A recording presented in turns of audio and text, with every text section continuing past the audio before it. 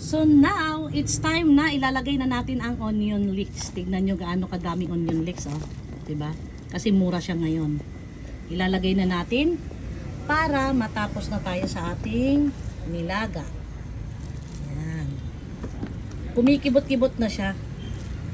Ayan, oh. Ayan, oh. Ayan. Hindi ko na hintayin na sobrang kulong kasi ma-overcook yung ating gulay. Kabango. Diyos ko me. Mas maraming onion leeks o dahon ng sibuyas, mas masarap at mas malinamnam ang ating nilagang baka at baboy. Yan. So, i-dip lang natin. Hindi na natin kailangan haluin. At by the way, okay na pala ang ano nito. Ang timpla. Tinimplahan natin ng asin, konting patis. Patis optional ha. Kung ayaw nyo naman, walang problema. Gawa na asin na lang ilalagay nyo. So, ito yung ating baka. Ito naman ang ating pork. Yan. Pinaghalo ko para hindi masyadong nakakaumay. Yan. So, luto na ang ating nilagang baka na may sahog na bok choy. Yan o. Bok choy at repolyo. And then, patatas. Nasaan na si patatas?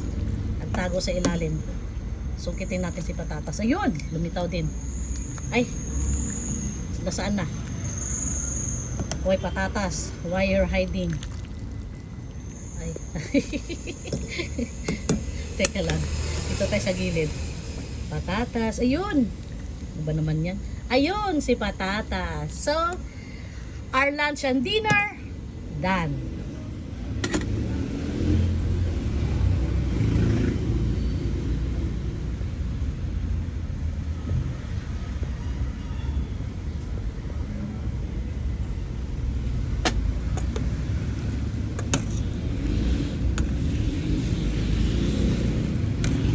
Nilagyan ko pala ito ng pamintang buo.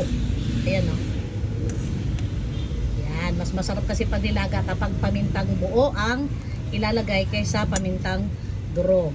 Ayan. So, again, luto na ang ating lunch and dinner. Sinasabay ko ng pagluto ng lunch and dinner para tipid sa oras, tipid sa pagod. At ang mahalaga sa lahat, makakatipid tayo sa gas. Kasi sobrang mahal pa ng gas, hindi pa bumalik sa dating presyo.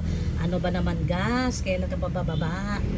At babalik sa dating 820 ba yun? O 830. Nasa 1,000 pa rin ang gas ngayon. Nasa 1,135 ba yung huli kong bili? Kaya tipid-tipid tayo sa pagluluto. Hindi natin kailangan magluto every meal.